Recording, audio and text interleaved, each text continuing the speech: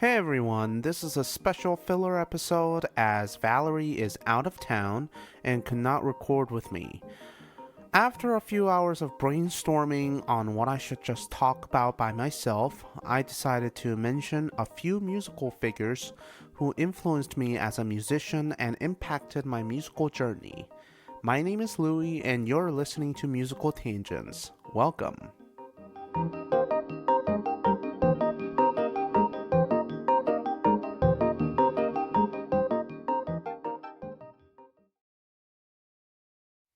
So the first one that I want to introduce to you is Stephen Sondheim. If you don't know who Stephen Sondheim is, he was one of the most revolutionary, creative genius composer lyricists in Broadway history. Born on March 22nd, 1930, he grew up in a middle-class Jewish American family until his parents got a divorce. He always recalled that his parents' divorce was rather messy and dramatic. However, the divorce brought him under his mother's custody, upon which they moved to Doylestown, Pennsylvania. He met his lifelong mentor, surrogate father figure, and a friend named Oscar Hammerstein II. Hammerstein was another legendary librettist, lyricist, and producer on Broadway. He worked with giant figures like Jerome Kern and Richard Rodgers, and Sondheim consistently told how he just loved Hammerstein so much that he would have imitated whatever Hammerstein would have been. He would always give an analogy like, if Hammerstein was a geologist, Sondheim would be a geologist by now. However, thankfully, in this case, Hammerstein was a theater figure, and Sondheim fell in love with theater. He wanted to imitate Hammerstein so much that he wrote a full-length musical when he was just 12 years old. He brought the libretto and the score to Hammerstein, asked him to critique it as if Hammerstein received a proposal to produce it on Broadway, expecting Hammerstein to say to him, "Steve, I am delighted to tell you that Richard Rodgers and I are happy to produce a professional show written by a 12-year-old.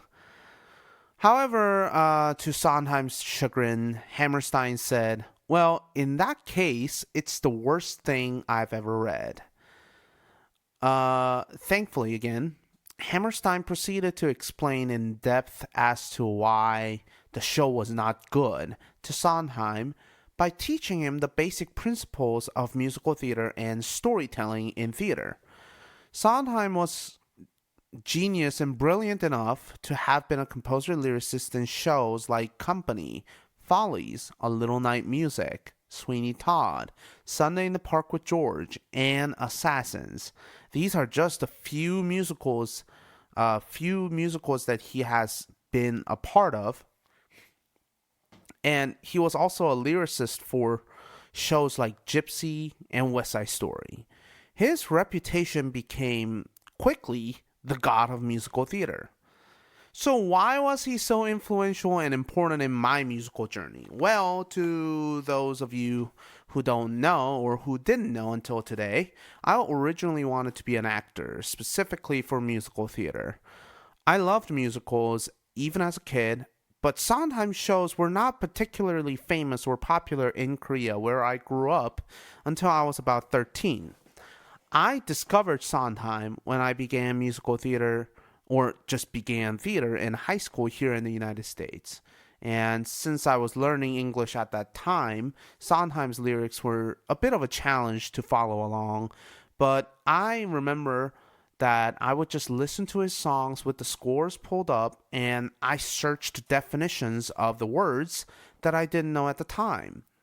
In that sense, Sondheim has taught me a lot more about rhyming, understanding the words, intertwined relationships with the inherent meanings and sounds, and just English language in general. It was fun, and I enjoyed listening to his songs all the more. Then I saw a Broadway revival production of Sunday in the Park with George in April 2017 that featured Jake Gyllenhaal as George, who's George Seurat, the painter in the show, and Annalee Ashford as Dot. For those of you who are not familiar with the Broadway productions and what's happening on Broadway, Annalee Ashford currently is playing Mrs. Lovett in Sweeney Todd. And this experience changed me and shook me to my core. I think that was the first time I ever cried watching a musical. Up until then, I didn't really find many musicals to be emotional. It's true that many musicals are more or less musical comedies, or they always title it as musical comedy, where the plot and the characters are lighthearted. It's all the more about come on out and have a little fun watching some of the shows that we just put on in front of you.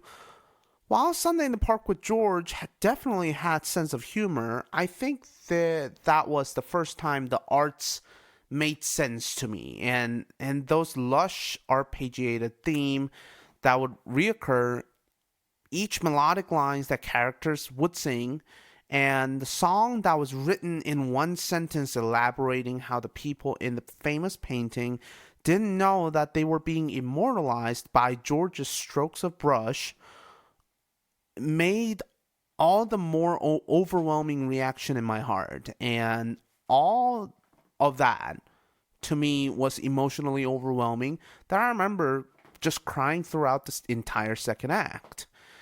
I think it was around then that I became obsessed with Sondheim's influences. He had to have come from somewhere musically, and it almost didn't make sense, as I didn't study music formally that seriously at that time. So how did he know to compose musicals like he did?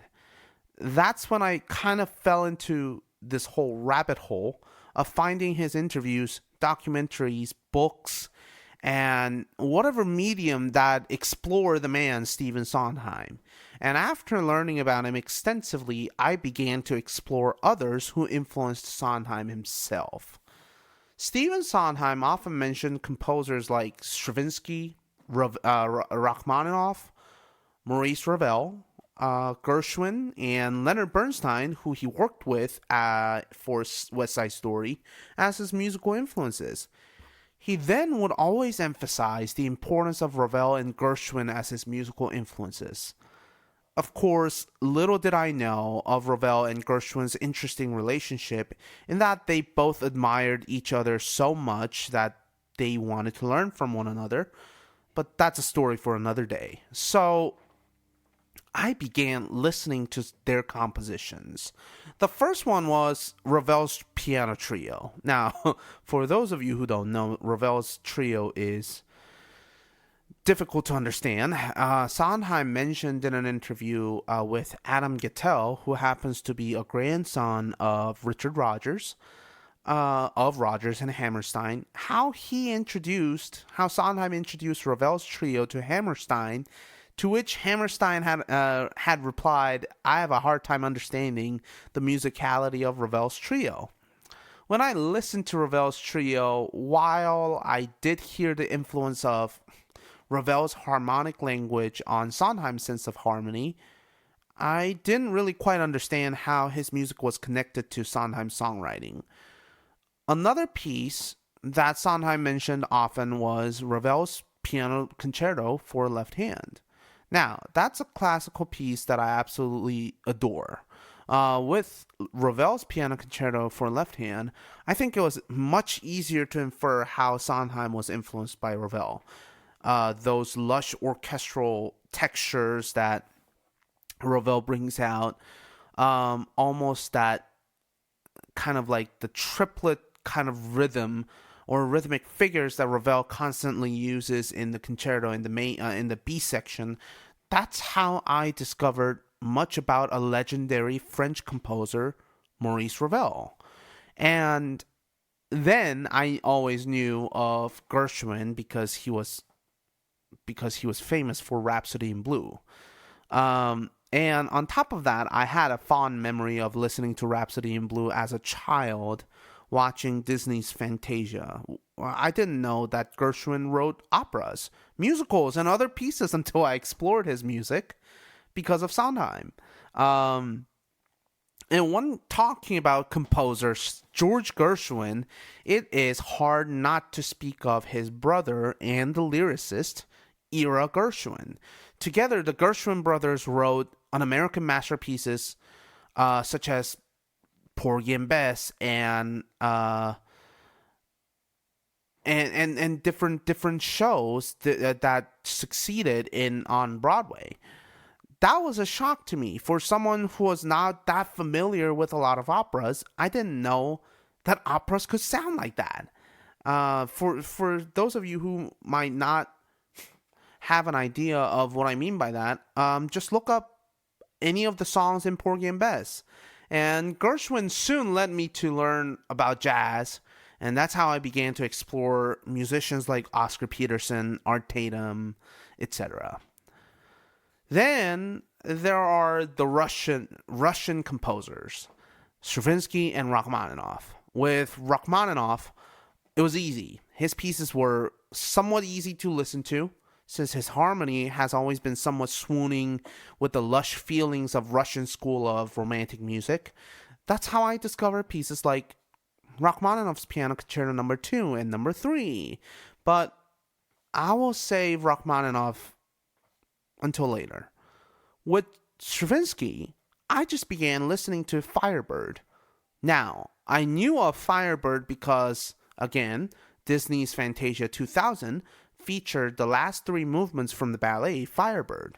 I didn't know the music and how it sounded until I listened to it, after I learned that Stravinsky was a musical influence of Sondheim.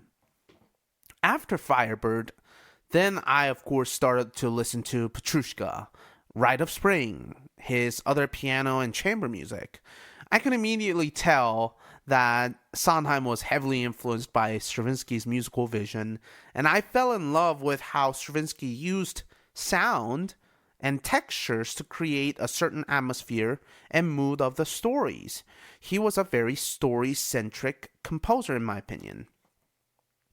What's really interesting is comparing Sondheim songs in various musicals with some of his primary musical influences. For example, he always stated that Rachmaninoff was his primary influence while he was writing for Sweeney Todd.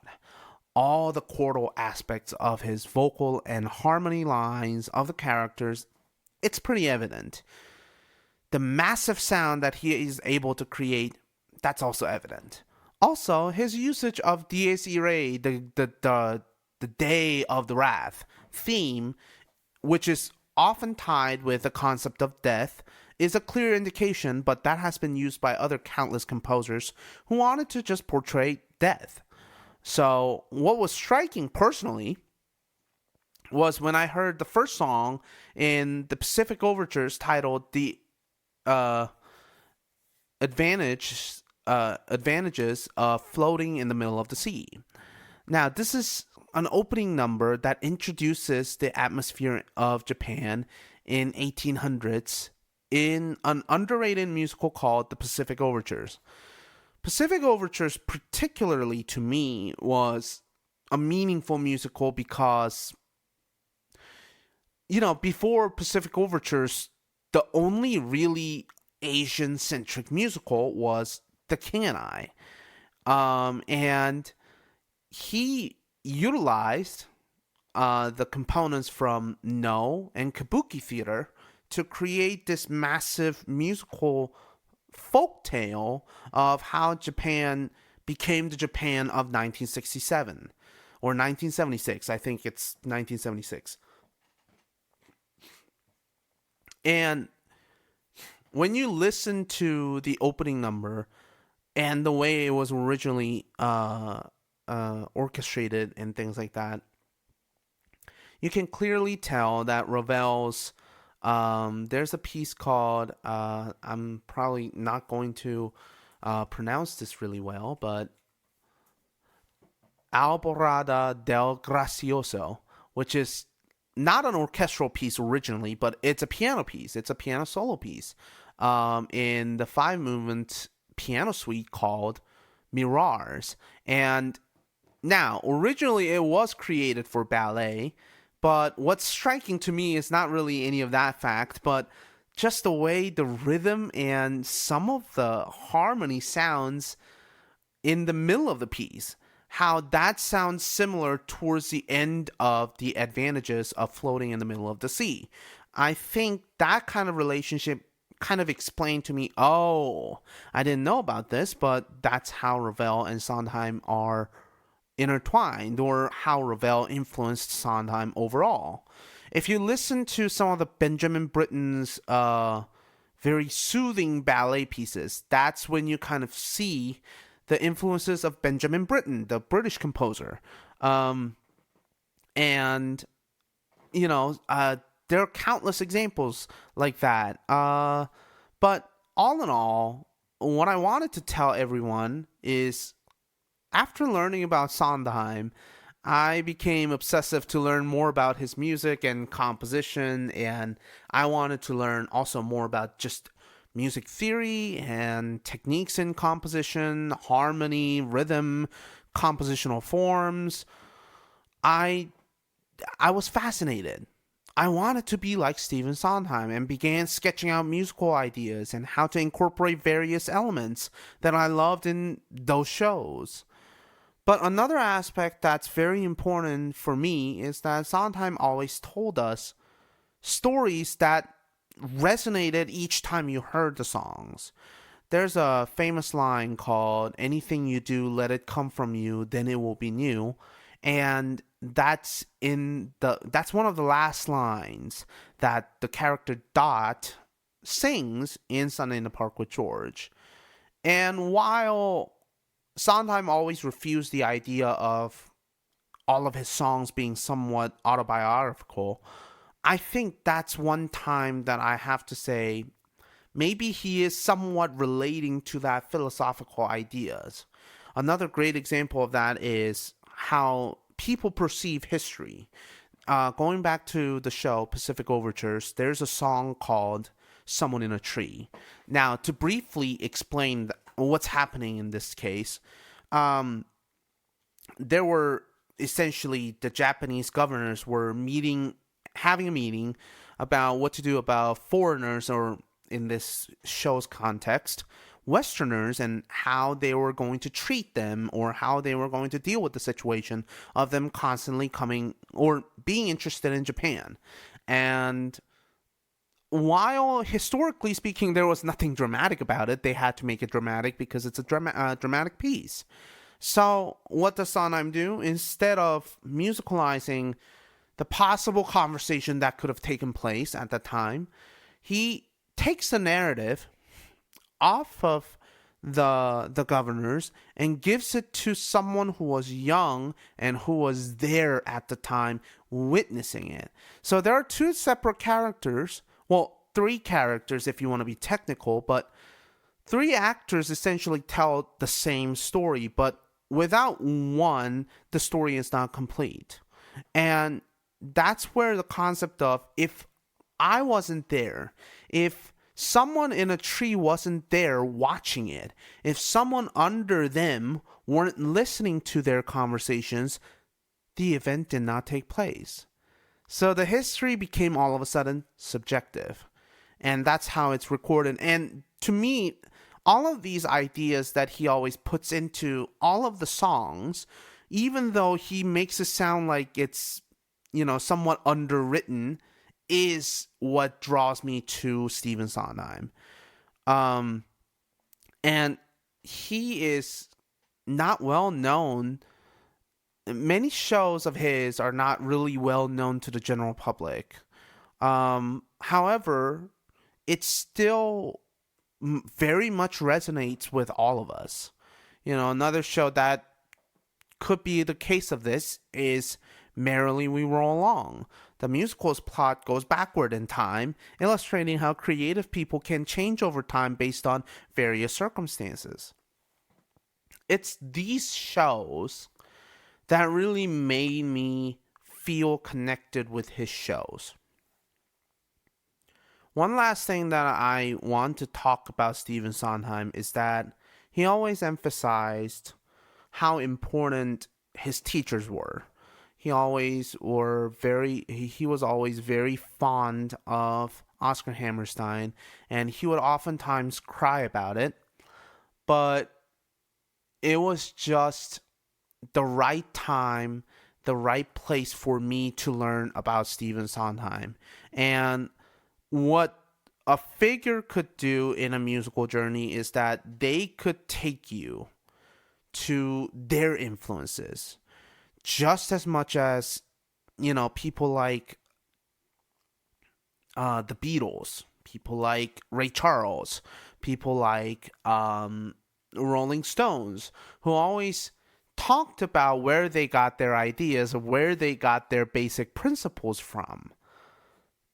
That's how you start to discover maybe the figures that were not relevant in our time, but relevant in their time when they were growing up. And I think that's what I did with Stephen Sondheim, and that's why Stephen Sondheim should be in one of your recommendations of exploring more and discovering more shows. I will end on this. So Stephen Sondheim actually was one of the people who encouraged a young composer lyricist who also wrote most of his shows and was just hustling and bustling in the 90s on Broadway. He wanted to be like Sondheim. He even worked at the famous diner on Broadway, and he dreamt of having his own show produced on Broadway.